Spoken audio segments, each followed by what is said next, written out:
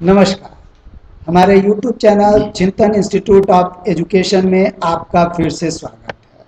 आज हम लोग साइकोलॉजी, एजुकेशनल साइकोलॉजी के अंतर्गत बहुत ही महत्वपूर्ण टॉपिक को लेकर के आए हैं। यह एक इतना महत्वपूर्ण टॉपिक है कि प्रायः बहुत से एग्जाम्स में क्वेश्चन आता है, खासकर जैसे सीटेट में अक्सर आ जाता है। हर बार एक ईयर में कम से कम एक क्वेश्चन कंफर्म रहता है या उससे ज़्यादा भी आ जाता है। उसी तरह यूपी टेट, फिर एस टेट, केंद्रीय विद्यालयों के एग्जाम्स में, नेट में भी 3 कैटेगरी में विशेष रूप से पूछा जाता है। आपका एजुकेशन में तो लगभग कंफर्म रहता है सेकंड पेपर में, और उसी तरह फिर आपका होम साइंस में भी अक्सर पूछा जाता है, और क्या कहते हैं आपका होम साइंस और नेट एजुकेशन के पेपर में और साइकोलॉजी के भी पेपर में अक्सर आ जाता है अभिप्रेरणा का मैस्लो का सिद्धांत। इसे हम लोग अब्राहम मैस्लो के मांग सिद्धांत के नाम से भी जानते हैं। तो आइए देखा जाए क्या है यह महत्वपूर्ण टॉपिक। और इस वीडियो में मैंने आपको पूरा कोशिश किया है कि लगभग अब तक जितने एग्जाम्स में जो क्वेश्चन पूछे गए हैं उन सबको बेस बनाकर आपके लिए मैं मटेरियल को इसको तैयार किया हूँ। तो आइए देरी न करते हुए फटाफट चलते हैं। अगर यह वीडियो आपको अच्छा लगता है तो हमारे चैनल को सब्सक्राइब और शेयर अवश्य करिए। आइए देखा जाए।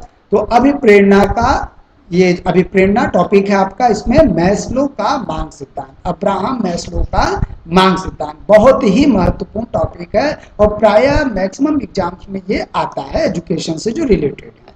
अब सबसे पहले अलग अलग टाइप के क्वेश्चन बनते हैं कि इस सिद्धांत के बहुत से एग्जाम जैसे यूपी टेट और स्टेट में नाम भी पूछ लिए जाते हैं अदर। तो इस सिद्धांत के आइए देखते हैं क्या क्या अन्य नाम है। तो इसमें आवश्यकता का पदानुक्रम सिद्धांत, इसको क्या कहते हैं, आवश्यकता का पदानुक्रम यानी हायरार्की सिद्धांत भी इस सिद्धांत को कहा जाता है। यह नाम भी पूछा हुआ है। दूसरा पूछता है मानवतावादी सिद्धांत, मतलब किस सिद्धांत को कहा जाता है, तो मानवतावादी सिद्धांत भी अब्राहम मैस्लो के ही सिद्धांत को कहा जाता है। यद्यपि जब हम मानवतावादी उपागम के रूप में पढ़ते हैं तो वहां पे आपका अब्राहम मैस्लो के साथ कार्ल रोजर्स भी आते हैं। वह किस तरह से अलग हैं वो हम किसी अदर वीडियो में देखेंगे। कभी कभी पूछ लेता है मानवतावादी सिद्धांत के आध्यात्मिक जनक कौन है प्रणेता के रूप में, तो आप बताएंगे अब्राहम मैस्लो। उसी तरह पूछा जाता है अन्य नाम भी इसका एक आता है नाभिकीय आवश्यकता का सिद्धांत। इसी सिद्धांत को कहा जाता है मैस्लो के मांग सिद्धांत को। इसी तरह एक अन्य नाम भी आता स्व यथार्थीकरण आवश्यकता का सिद्धांत। तो यह भी इस सिद्धांत के उपनाम के रूप में आपके सामने आता है। और यूपी टेट और एसटेट वगैरह के एग्जाम में चूंकि उपनाम भी पूछे जाते हैं तो यह आपके लिए बहुत कामगार होगा। तो उम्मीद है कि आप तैयार करेंगे। आगे इसके बारे में कुछ प्रमुख तथ्य, सिद्धांत के बारे में बताने के पहले कुछ प्रमुख तथ्य जो प्रायः एग्जाम में पूछे जाते हैं उनके ऊपर भी थोड़ा सा ध्यान दे देना आवश्यक रहेगा। तो प्रमुख तथ्य क्या है कि अब्राहम हेराल्ड मैस्लो, इनका पूरा नाम क्या था, अब्राहम हेराल्ड मैस्लो, 1908 से 1970, 1 अप्रैल 1908 से 1970 तक इनका जीवन काल रहा।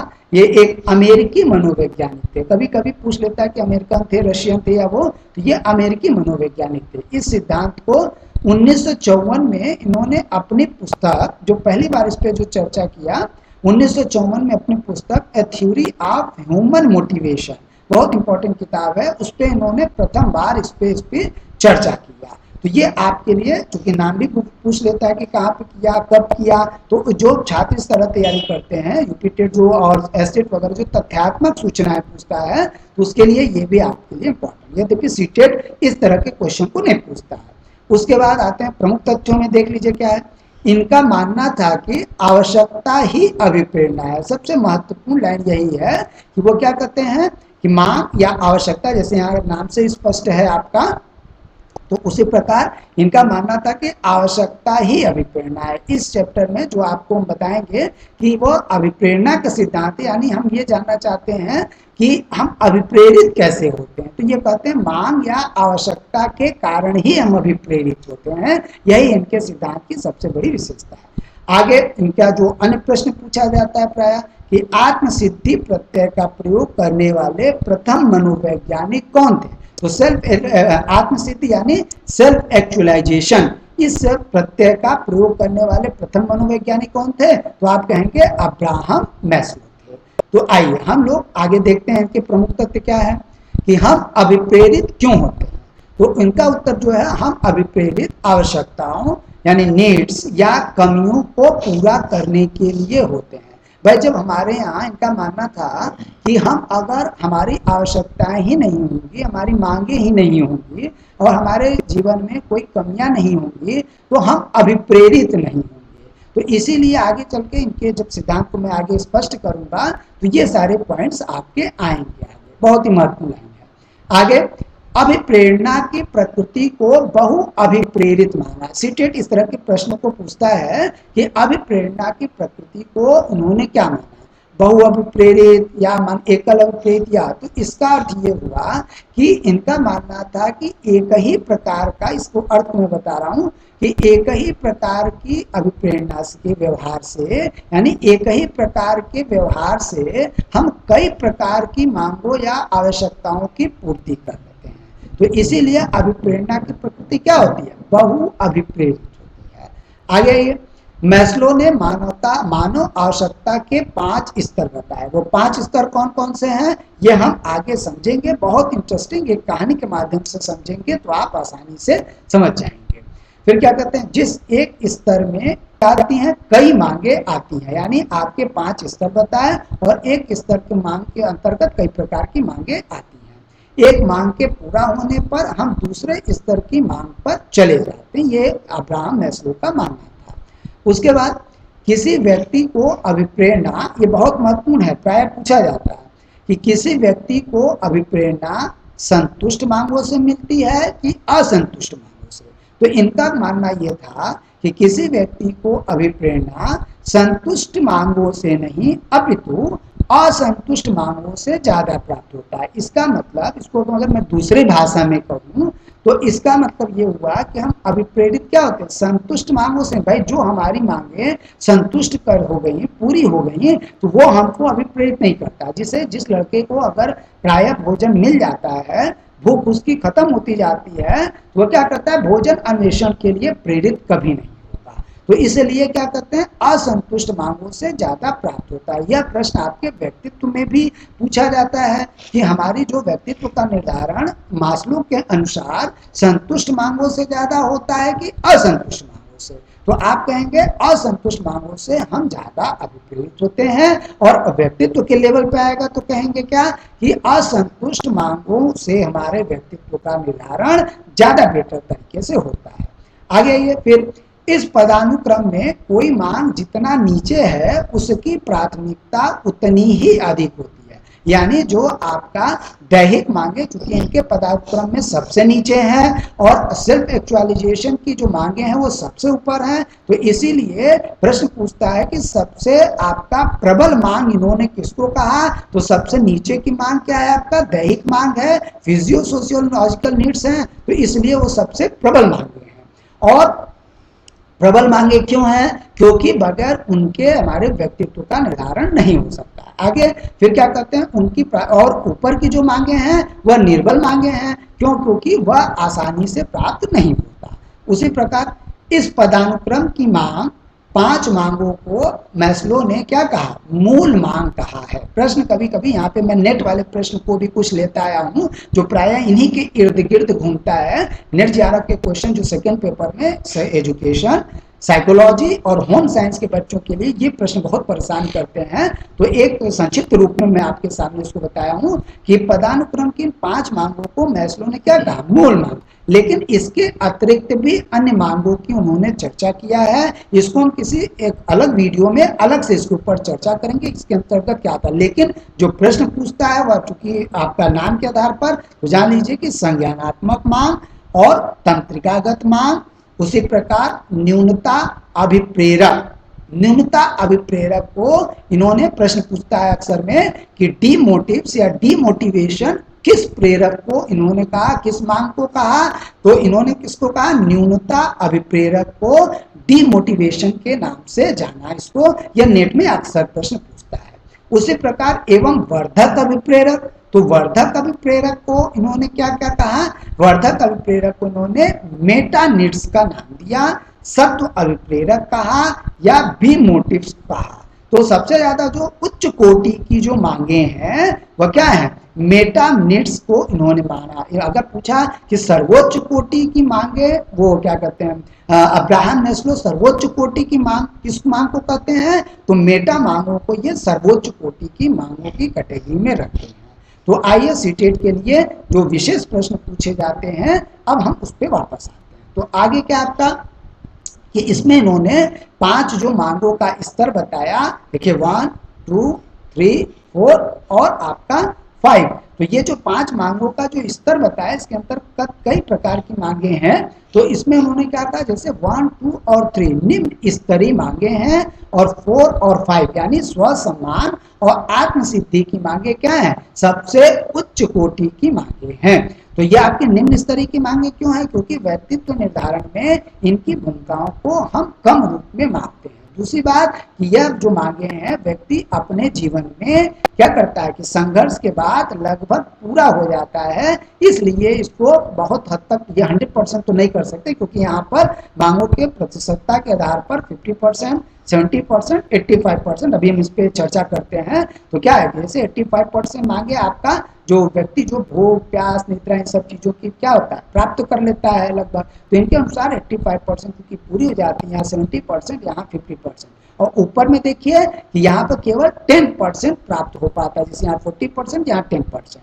तो इसलिए क्या कहा, निम्न स्तरीय आपको 1 2 और 3 को इन्होंने क्या कहा, निम्न स्तरीय मांगे कहा, और 4 और 5 को क्या कहा, उच्च स्तरीय मांगों को कहा। क्योंकि क्या है, यह आपका बहुत ही मुश्किल से होता है, जैसे आपका स्वनुशासन है ना, स्वनियंत्रण। अभी मैं इस पर चर्चा करता हूँ। तो आइए हम लोग इसको देखते हैं, प्रश्न कभी कभी ये भी पूछ लेता है ना। तो आगे आइए, तो आगे अब क्या, जैविकी मांगे, जैविकी मांगों को अंतर्गत क्या क्या रखा है, यानी वह मांगे जो हम क्या करते हैं, हमारे व्यक्तित्व के सबसे ज्यादा पक्षों को प्रभावित करती हैं, और क्या करते हैं कि हमारी जैविकी मांगों से फिजियोलॉजिकल नीड्स से संबंधित होती हैं। कौन कौन से इसके कैटेगरी में, कभी कभी पूछ लेता है कि भूख इन सभी मांगों में किस कैटेगरी में आता है, जैसे टेट इस टाइप के प्रश्नों को पूछता है, तो क्या कहेंगे आप, भूख प्यास निद्रा सेक्स शरण शेल्टर, इस तरह की जो मांगे हैं वह जैविकी मांगों के अंतर्गत आता है। अभी मैं एक कहानी के रूप में बताऊंगा, अभी मैं इस तथ्यों को बता रहा हूं, तो आप आसानी से समझ जाएंगे कि हायरार्की में कैसे इसको याद, मतलब उसको समझना है, रटने की जरूरत ही नहीं। अब उसी के पश्चात आपका क्या है, सुरक्षा मांगे हैं। तो सुरक्षा मांगे भाई, जब आदमी की जैविकी मांगे पूरी हो जाती हैं तो सुरक्षा मांगों की तरफ वो क्या करता है, अग्रसर होता है भाई, ठीक है। उसके बाद जैसे सुरक्षा मांगों में क्या आता है, जैसे शारीरिक सुरक्षा, नौकरी की सुरक्षा, संसाधनों की सुरक्षा, स्वास्थ्य की सुरक्षा, वह क्या करता है, उन चीजों को सुरक्षा की दृष्टि से अब वह मांगे उसको अभिप्रेरित करती है। पहले जैविकी मांगे, फिर सुरक्षा मांगे। उसके बाद जब सुरक्षा मांगे हमारी पूरी हो जाती हैं तो हम सामाजिक मांगों की तरफ प्रेरित हो जाते हैं। इसका मतलब जब हम सुरक्षित हो जाते हैं अपने पारिवारिक लेवल पे, तो हमें सामाजिक जो मांगे हैं, हमारे जो आसपास हैं दायरा, वह क्या करता है, हमें प्रभावित करता है। इसमें स्नेह व प्रेम आता है, दोस्तों आते हैं, परिवार आते हैं, जीवन साथी आते हैं। तो ये क्या होता है, ये मांगे आपको प्रभावित करती हैं और आपको अभिप्रेरित करती हैं कि आप ज्यादा से ज्यादा काम करें और ज्यादा से ज्यादा क्या हो कि प्रेरित हो। यहाँ पे देखिए 85% मांगे लगभग ये प्रयोजन के आधार पर ये पूरी हो जाती हैं, ये केवल 70% पूरी हो पाती हैं, और ये क्या है 50% मांगे आपकी, ये 50% मांगे ही पूरी हो पाती हैं। आगे आइए, क्योंकि बहुत से लोगों को स्नेह और प्रेम, आपको सुरक्षा तो है, जबकि चीजें हैं, लेकिन वह नहीं मिल पाता है। तो इसलिए क्या है कि सामाजिक मांगे, इस मांगों के अंतर्गत ये चीजें प्रबल रहती हैं। अब जब सामाजिक मांगे भी हमारे पूरे हो जाती हैं, भाई उसको सुरक्षा भी मिल गई, उसकी जैविकी मांगे भी पूरी हो गई, सुरक्षा भी मिल गया, और सामाजिक मांगे भी उसकी तक 50% या मैक्सिमम जो पूरी होने लगी, तो अब वो क्या चाहता है, वह क्या चाहता है, स्वसम्मान चाहता है, सेल्फ स्टीम चाहता है। तो जब सेल्फ स्टीम आपको इसके अंतर्गत क्या आता है, वह स्वाभिमान चाहता है। वो चाहता है, हर आदमी जिंदगी में चाहता है कि हमें लोग क्या करें, आपको सम्मान दें। तो इसीलिए आत्मबल की जो मांग है, स्वाभिमान है, स्वतंत्रता है, यानी हम जो चाहें वह करें, रोक टोक ना हो, है ना। तो इस तरह से जो चीजें हैं वह किस कैटेगरी में आता है, वह स्व सम्मान मांगों की आवश्यक पूरक मांगों के रूप में ये चीजें आती हैं। अब उसके बाद बहुत कम, लगभग 10% लोगों के पास यहाँ पे छूट गया, कोई बात नहीं। तो 10% केवल जो है कि 10% मांगे ही हमारी आत्मसिद्धि की मांगे पूरी जाती है। आत्मसिद्धि की मांगे क्या है, यानी वो मांगे जो नैतिकता की मांग करती हैं, भेदभाव की वंचना, जहाँ भेदभाव को कोई मतलब नहीं है, स्वनियंत्रण, साहस, धैर्य, स्व अनुशासन। तो चूंकि ये बहुत कठिनता से प्राप्त होता है, जैसे मैं आपसे कहूँ तो स्वनियंत्रण और स्व अनुशासन, तो नैतिकता, तो कितने लोग उस चीज को प्राप्त कर पाते हैं। तो इसलिए इस तरह की मांगे बहुत कम लोग पूरा कर पाते हैं, लगभग मात्र 10% ही हो पाता है। इसीलिए इसे सर्वोच्च कोटि में कैटेगरी में इसको रखा गया है। ये आपकी आत्मसिद्धि है। आइए इसको हम एक थोड़ा सा कहानी के रूप में समझते हैं कि किस तरीके से हम इसको मांग को पूरा होने पर जाता है। लेकिन कभी कभी एक प्रश्न पूछ लेता है, प्राय इंटरव्यू में भी आता है और एग्जाम्स में भी आता है कि क्या जैव की मांग, मतलब मांगों का क्रम एक मांग के पूरा होने पर ही हम दूसरी मांग पे जाते हैं, फिर दूसरी मांग को पूरा होने के बाद हम तीसरी मांग पे जाते हैं, यानी क्या क्रम बना हुआ है? तो ऐसा नहीं है। कभी कभी क्या है कि जैसे मैं आपको एक एग्जाम्पल से समझाऊं कि जैसे अगर मान लीजिए कि हमें स्व सम्मान चाहिए, हर व्यक्ति जिंदगी में चाहता है कि वह जो कुछ चाहता था वह बन जाए, और क्या है, पूर्ण रूप से जितने उसके लक्ष्य थे वह पूरा हो जाए, तो वह इस कैटेगरी में जाता है। तो लेकिन कभी कभी इस चीज को पाने के लिए जरूरी नहीं है कि वह क्या है, भूख प्यास और निद्रा की मांग को पूरा ही करता है। आपने देखा होगा बड़े बड़े लोगों के एग्जाम्पल रहे हैं, आपने बचपन में प्रेरित करने वाली कहानियां पढ़ा, या जो बच्चे सफल हो जाते हैं तो जैसे भोजन बन के भी रखा हुआ है या नहीं भी है तो भी कोई बात नहीं, वह अपने लक्ष्य के प्रति प्रेरित रहते हैं। तो क्या करते हैं, यानी भूख प्यास और निद्रा उनके लिए उतना मायने नहीं रखती जितना उनके लिए स्वसम्मान। तो यह क्या करता है, जरूरी नहीं कि एक मांग फिर दूसरी फिर तीसरी तभी यहाँ पे आए। इसका मतलब क्या हुआ कि हम लोग जब स्व सम्मान की जो मांगे हैं वह हमें आपको पहले प्रेरित कर सकती हैं, ये बात करते हैं। क्योंकि व्यापकता का स्तर ज्यादा होता है, इसलिए ये आपका क्या है, निचले स्तर पे है। लेकिन जरूरी नहीं कि इन मांगों पूरा करने के बाद हम यहाँ पे आए। तो इसीलिए क्या है कि स्व सम्मान भी किसी व्यक्ति को ज्यादा प्रेरित कर सकता है बनिस्पत जैव की मांग। तो ये आपका है। तो अब जैसे मान लीजिए कि इसको अगर कुछ लोग याद कराने का तरीका बताते हैं, इसको मैं सिंपली एक कहानी के रूप में करता हूँ, फिर अक्सर बताता हूँ कि सीटेट में किस तरह के भी प्रश्न पूछे जाते हैं आगे। तो जैसे मान लीजिए कि कोई एक व्यक्ति है, जैसे मान लीजिए ये कोरोना काल ही चल रहा है, तो बहुत से लोग प्रवासी मजदूर अपने घरों पे आ रहे हैं। मान लीजिए एकाएक उन्हें फिर जब ये समय सही पूरा हो जाएगा या किसी विशेष परिस्थिति में उन्हें अपना घर बार छोड़ के जाना, तो मान लीजिए कि अगर वह अपना घर बार छोड़ के उनको जाना पड़ा, और अब उसको जाने के बाद वहां पर वो सबसे पहले क्या मांग, किस चीज की मांग करेंगे? तो सबसे पहले किस चीज की आवश्यकता होगी उनको? भूख की जरूरत होगी, प्यास की जरूरत होगी, निद्रा की जरूरत होगी। भाई पहले तो जाएंगे ना, तो इसलिए क्या है कि उन्हें जहां जो मिल जाएगा वो खा लेंगे, जो मिल जाएगा वो पी लेंगे, जहां हो जाएगा वहां सो लेंगे, जहां शरण मिल जाएगा वहीं पर रह लेंगे, है ना, कहीं पे। उसके लिए क्या है कि कोई चीजों की आपको बहुत ज्यादा उनकी कोई डिमांड नहीं, पहले इसको पूरा करना जरूरी है। लेकिन फिर मान लीजिए कि कुछ दिन रहने लगे, सर्वाइव करने लगे, अब ये चीजें उनको ज्यादा ज्यादा प्रेरित करें कि रोज खाना है, रोज कमाना है ना, रोज पीना है, आपका रोज जितना कमाएंगे उतना खाएंगे। फिर धीरे धीरे वो क्या करते हैं, वो सुरक्षा चाहते हैं। सुरक्षा जाने का मतलब कि अब वो क्या, जैसे थोड़ा सा पैसा कमाने लगा, तब उन्हें क्या है कि शारीरिक चीजें जो है वो आपकी पूरी होने लगेंगी। यानी जो एक दिन का भोजन पर्याप्त होता था, अब 2 दिन की सुरक्षा रखेंगे, 4 दिन की रखेंगे, 1 हफ्ते की रखेंगे, 1 महीने का भोजन रखेंगे। नौकरी के लिए चाहिए तो नौकरी भाई 1 दिन वाली नौकरी नहीं, पार्ट टाइम नहीं, फुल टाइम, है ना, इस तरह से रूप में करेंगे। जो संसाधन है संसाधनों को बढ़ाएंगे, यानी अपने परिवार को क्या करेंगे, सुरक्षित रखना चाहेंगे। इसलिए अब उनको कौन सी मांग, वो ज्यादा मेहनत करेंगे, इसका मतलब इससे वह ज्यादा भी प्रेरित हुए, तो सुरक्षा में उनको उपलब्धता होगी, मांग होगी। इसी वजह से सुरक्षा मांगों की तरफ क्या हुआ कि अग्रसर।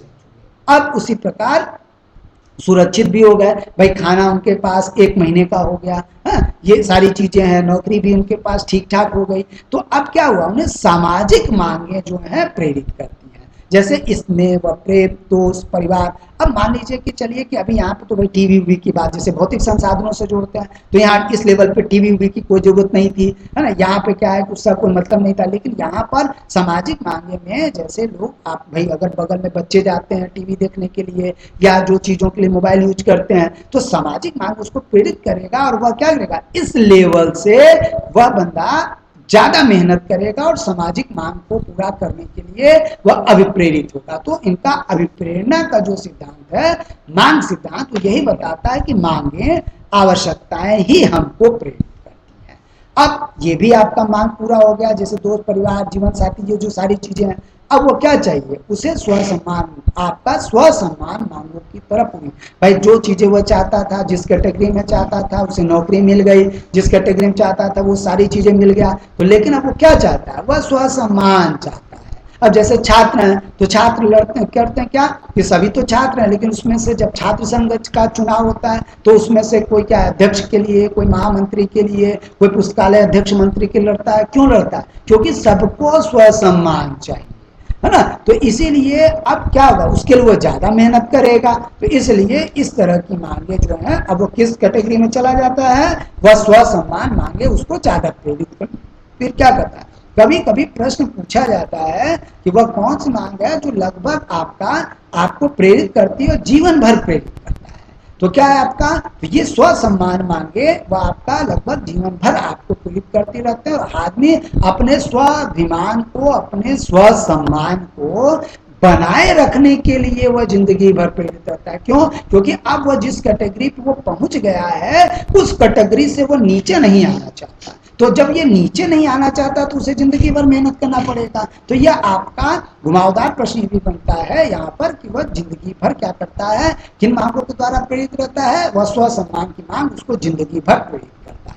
एक बार आदमी को स्वसम्मान मिल गया, आप सैकड़ों की भीड़ से अलग हो गए, तो फिर आप नीचे सैकड़ों की भीड़ में नहीं गुम होना चाहेंगे, ये बात जान लीजिएगा। तो इसीलिए यह प्रश्न इस टाइप का यहाँ से बनता है, प्राय इंटरव्यू में पूछा जाता है। अब हम लोग आते हैं आत्मसिद्धि की मांगे, जिसमें प्रश्न सबसे ज्यादा।